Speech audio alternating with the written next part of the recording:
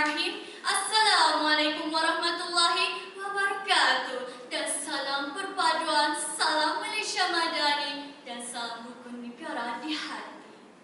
Terima kasih saudara pengerusi barisan panel hakim yang dihormati saudara dan saudari. Berdirinya saya di sini bukannya untuk omong-omong kosong, tetapi berdirinya saya di sini untuk mempertahankan kesetiaan kepada raja dan negara.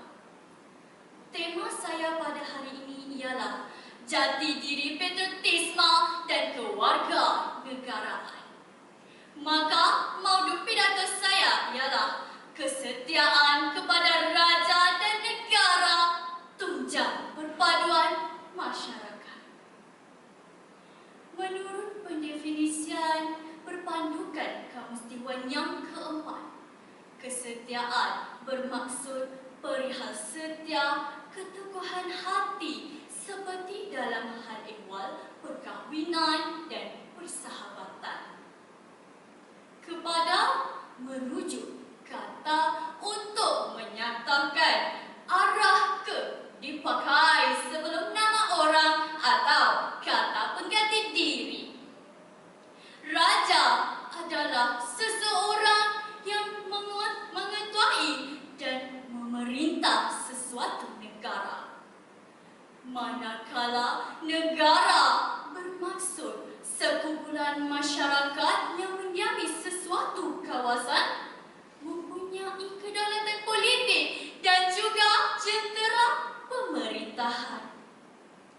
Seterusnya, tunjang bermaksud akar-akar yang tumbuh lurus ke bawah di dalam tanah bagi menguatkan pendirian pokok. Perpaduan pula merujuk perihal berpadu seperti bergabung menjadi satu dan berbakat. Dan akhir sekali, masyarakat bermaksud satu kumpulan manusia yang hidup bersama dengan aturan dan cara tertentu. Pepatah Melayu ada menyatakan, di mana bumi dipijak, di situ langit dijunjung. Para hadirin sekalian, persoalan pertama yang timbul sekarang, mengapakah masih ada rakyat Malaysia tidak mengendahkan kesetiaan kepada raja dan negara? Ini kerana rakyat Malaysia memandang enteng pada prinsip kedua rukun negara ini. Masih ada pihak yang tidak mempunyai sifat cinta pada negara, sanggup tidak menghormati institusi raja-raja. Menurut berita harian bertarikh 15 Julai 2023, Menteri dari Jabatan Perdana Menteri iaitu Datuk Seri Azalina Othman ada menyatakan sesiapa yang mengacau, memecah belah dan mengganggu ketentraman awam tidak menghormati institusi raja-raja adalah salah satu kesalahan di sisi undang-undang, tertakluk kepada perkara 10 dalam kurungan 2 perlembagaan, bagi memastikan ketenteraman dan keamanan negara terjamin. Dengan ini, kita dapat lihat sebagai rakyat, kita semestinya menghormati institusi raja berperlembagaan. Hadirin dan hadirat sekalian, kedua, dengan wujud kerajaan perpaduan di negara kita ini, berlandaskan Malaysia Madani telah mewujudkan 3R, iaitu raja, agama, dan bangsa.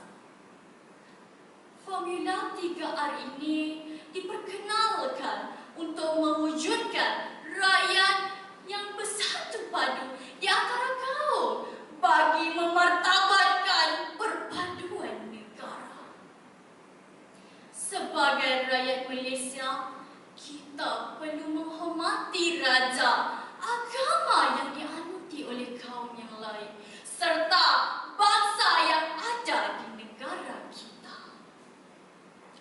Ini terbukti apabila Kementerian Perpaduan Negara telah bergabung dengan Kementerian Komunikasi dan Digital untuk membenteras anasir-anasir luar yang mempertikaikan tidak bertanggungjawab pada 3 hari ini di platform media sosial, iaitu TikTok, Facebook, YouTube, dan Twitter.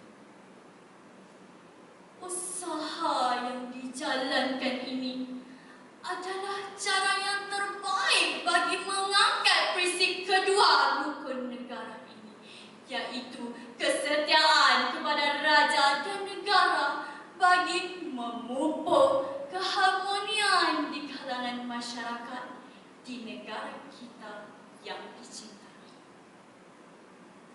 Saudara dan saudari, ketiga, kesetiaan kepada raja dan negara perlu dipatuhi bagi membentuk rakyat yang mempunyai semangat cinta pada negara. Semangat cinta pada negara juga merujuk kepada Perkara 55 dalam Perlembagaan Malaysia telah menyatakan bahawa raja atau yang di-Pertuan Agong merupakan ketua bagi sesebuah negeri dan negara. Raja juga akan menjadi ketua negara bagi negeri masing-masing. Sekiranya berlaku peperangan, maka raja yang akan mengetuai angkatan tentera dan mempertahankan negara daripada musuh. Maka dengan pernyataan ini, kita perlu menjaga negara daripada anasir-anasir luar yang akan merosakkan kedaulatan negara kita. Hadirin dan hadirat sekalian, rumusan pidato saya ini menunjukkan tanggungjawab seorang raja kepada rakyat sangatlah berat dan tidak boleh ditanggung oleh rakyat. Maka sebagai rakyat yang sayang pada negara, hormatilah dan hargailah raja dan negara berpandukan prinsip kedua rukun negara, yang merupakan prinsip penting yang perlu ada pada setiap jiwa rakyat Malaysia. Maka berpeganglah pada pusaka nenek moyang kita. Bersatu kita teguh, bercerai kita rubuh. Kalau ada sumur di ladang, boleh saya menumpang mandi. Kalau ada umur yang panjang, boleh kita berjumpa lagi di arena pidato ini. Sekian, wabillahi taufiq wal hidayah. Wassalam.